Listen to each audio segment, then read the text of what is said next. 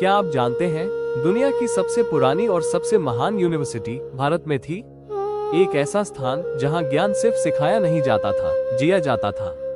जहां विद्यार्थी हजारों मील दूर से आते थे और जहां की पुस्तकालय की रोशनी 3 महीने तक जलती रही जब उसे आग लगा दी गई। दोस्तों, स्वागत है आपका इस नई सीरीज में नालंदा विश्वविद्यालय, एक खोया हुआ ज्ञान का संसार। आज के पहले भाग में हम जानेंगे आखिर नालंदा क्या था, कहाँ था और इसे इतना महान क्यों कहा जाता है। नालंदा बिहार राज्य के राजगीर के पास एक छोटा सा कस्बा।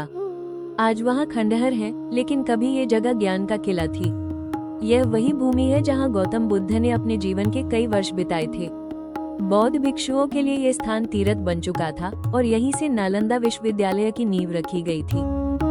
नालंदा शब्द 2 शब्दों से बना है, ना और आलंदा, जिसका अर्थ होता है अतृप्त ज्ञान या वो जो ज्ञान देने में कभी थकता नहीं। यानी नालंदा का अर्थ है ज्ञान देने वाला जो कभी न रुके। कितना अद्भुत है ना। नाम ही इस जगह का चरित्र बताता है। नालंदा में सिर्फ शिक्षा नहीं दी जाती थी, बल्कि यहाँ 10,000 विद्यार्थी और 2,000 शिक्षक रहते थे, एक ही परिसर में, एक अनुशासित जीवन में। यहाँ छात्रावास, पुस्तकालय, ध्यान कक्ष, उद्यान और भोजनालय थे। यही वजह है कि नालंदा को दुनिया की पहली रेजिडेंशियल यूनिवर्सिटी कहा जाता है। नालंदा की ख्याति इतनी थी कि चीन, जापान, कोरिया, इंडोनेशिया और तिब्बत जैसे देशों से विद्यार्थी आते थे। महान चीनी यात्री ह्वेनसांग और इत्सिंग भी यहाँ पढ़ने आए थे। उन्होंने लिखा, नालंदा में प्रवेश लेना आसान नहीं था।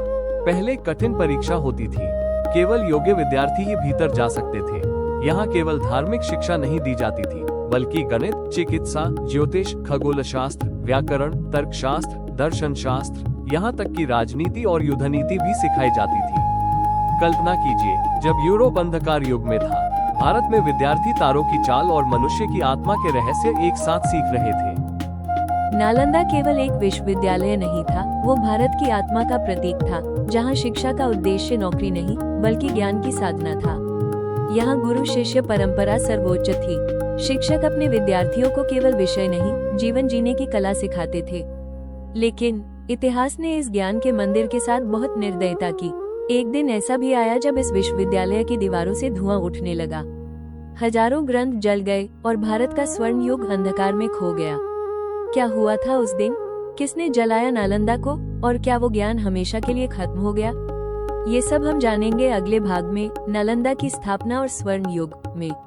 अगर आपको ये वीडियो पसंद आए तो लाइक करें, शेयर करें और चैनल को सब्सक्राइब करें, क्योंकि आगे हम खोलने जा रहे हैं नालंदा के वो रहस्य जिनके बारे में इतिहास की किताबों में बहुत कम लिखा गया है।